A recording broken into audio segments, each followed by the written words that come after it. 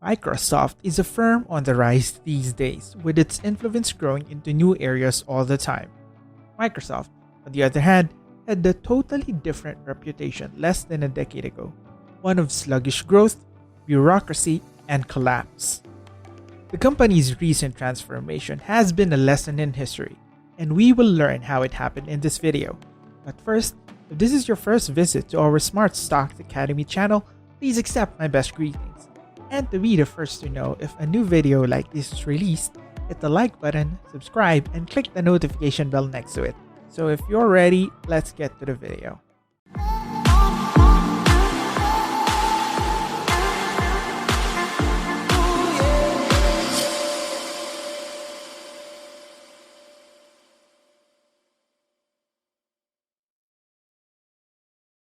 Bill Gates has been at the head of Microsoft for the majority of its history.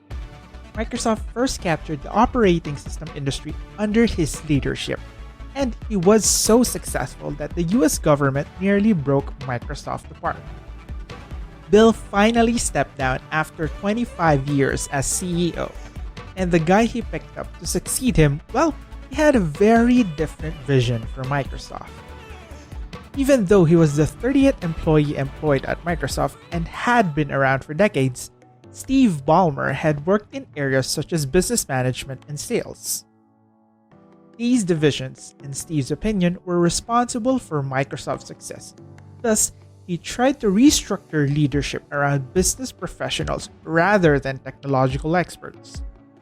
As he phrased it, he sought to tear up the technology fiefdoms, who, in his opinion, were spending obscene amounts of money developing new technologies without knowing if it would benefit Windows supremacy in the PC market. Steve saw that Windows worked and went out of his way to promote it as much as he could. That is why his most important professional move was to try to bring Windows to the mobile market, first with Windows Mobile and subsequently through the Windows Phone. In many respects, Steve was following in the footsteps of Bill Gates, who had pioneered aggressive growth and an explicit assault on competitors 2 decades before.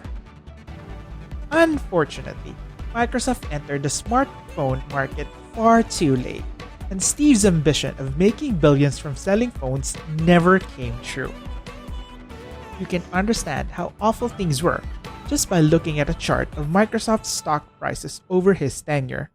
Even though Microsoft's income climbed during this time, the loss of the smartphone market was simply too much. This was a losing decade for Microsoft, and when he announced his departure in 2014, the stocks rose by 7%. That is how much investors wanted him to leave. The big question now was who would succeed him, and everyone expected Microsoft would recruit someone from the outside to reorganize the firm and get it back on track with innovations.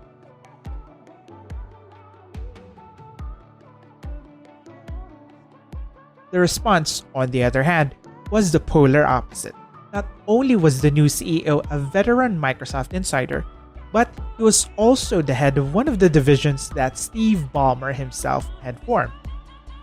Satya Nadella has been with Microsoft since 1998, and when Steve Ballmer announced the launch of the company's enterprise division a decade later, Satya was named Executive Vice President. Of course, no one thought Steve's plan to drive Microsoft into the enterprise industry was feasible at that time. And this was before Amazon Web Services became lucrative and before cloud computing became widespread. When Steve saw that the Windows Phone wasn't working, he wanted to shift his focus to something else, and enterprise was one of his ideas. Unfortunately, he was forced to depart only a few years after this pivot began, but it was evident internally that enterprise was the way to go. The enormous success of Amazon's cloud business persuaded Microsoft's board of directors that they should follow suit, and who better to carry out that strategy than the man in charge of Microsoft's cloud efforts? The world was taken aback when Microsoft revealed Satya Nadella would be the new CEO. To begin with, no one knew who he was, and if you look at the search traffic for his name on Google Trends, you'll see what I mean. So, Seemingly out of nowhere, a relatively unknown executive becomes the CEO in Microsoft, and the choice is met with suspicion. But then, something nearly miraculous happens. After a decade of stasis, the stocks begin to rise, and Microsoft's cloud computing platform, Azure, begins to develop fast and become extremely lucrative. And within a few years, worldwide admiration for Satya Nadella's leadership has poured in, with everyone believing that they are seeing a miracle. However, when Satya took over from Steve, Azure had been in development for more than 6 years, and Microsoft Enterprise segment, which is now its bread and butter, had been profitable even throughout Steve's tenure. Despite the fact that the stock prices remained the same throughout Steve's tenure, Microsoft's net income more than quadrupled. So Microsoft's rebirth at Satya's hands isn't a financial one. The reality is that Microsoft was fabulously lucrative before and after Satya took over. Satya's achievement was a philosophical rebirth, which, while not as stunning, is just as vital. When Satya took over, Microsoft had a long-standing and well-deserved negative reputation because of anti-competitive tactics and the prohibition of open-source projects. There were few people in 2014 speaking pleasant things about Microsoft. Despite this, Satya's restructuring once he came over had a huge impact. Microsoft made a complete 180 shift in corporate ideology, not merely embracing but actively encouraging open source development, to the point that one of Satya's major actions was to purchase GitHub. It is quite telling that Satya Nadella didn't mention Windows once in his debut address as Microsoft CEO. In fact, at that address, Satya revealed that Microsoft Office will be coming to the iOS, followed by Android in a few months. In such a linked society, it turns out that having friends is preferable than creating enemies.